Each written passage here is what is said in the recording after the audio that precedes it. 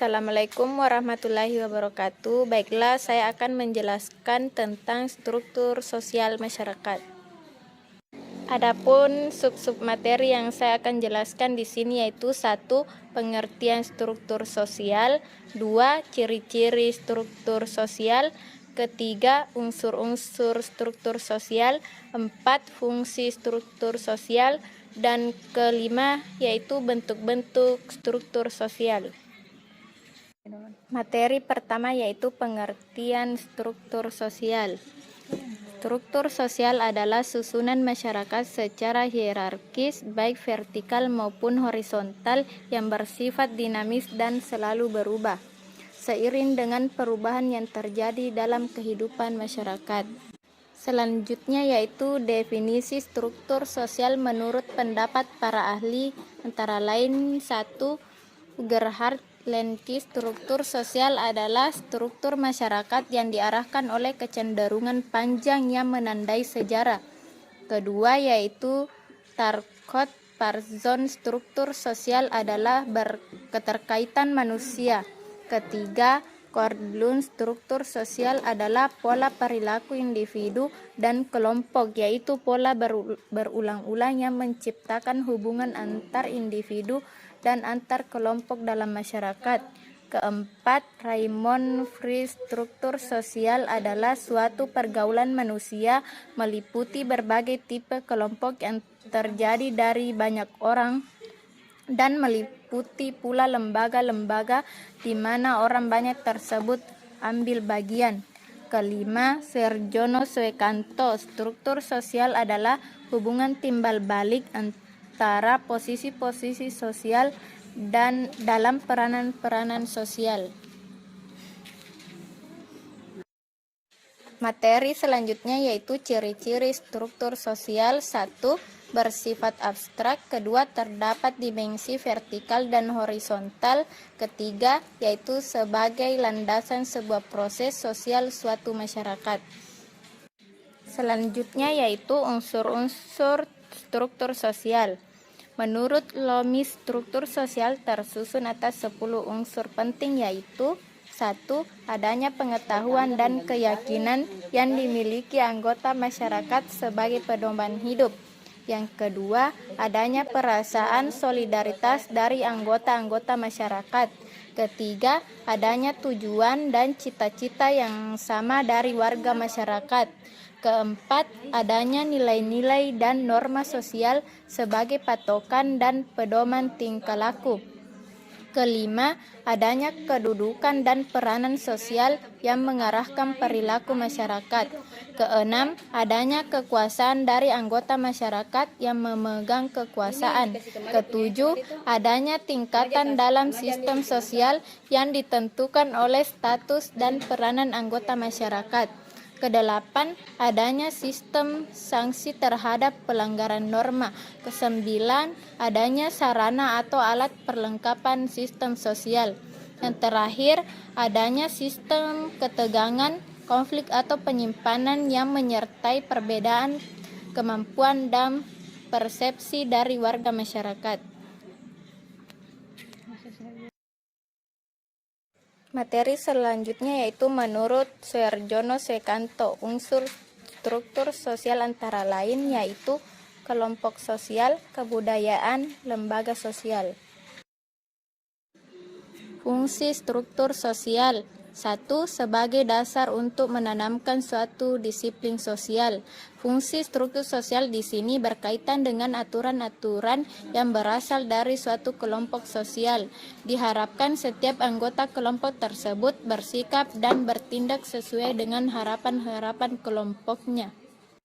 Yang kedua yaitu sebagai pengawas sosial. Dalam suatu struktur sosial terdapat berbagai perilaku sosial yang umumnya tetap dan teratur. Fungsi struktur sosial di sini adalah sebagai pembatas agar setiap anggota masyarakat berperilaku sesuai dengan norma dan nilai yang dianut masyarakat tersebut. Yang ketiga yaitu struktur sosial merupakan karakteristik yang khas yang dimiliki suatu masyarakat sehingga dapat memberikan warna yang berbeda dari masyarakat lain. Keempat, fungsi identitas sebagai penegas identitas yang dimiliki oleh kelompok. Contoh, kebudayaan Minangkabau menganut sistem matrilineal. Kelima, fungsi kontrol berfungsi untuk mengontrol individu di dalam struktur tersebut. Contoh, kebudayaan Batak melarang perkawinan antara pria dan wanita yang semarga.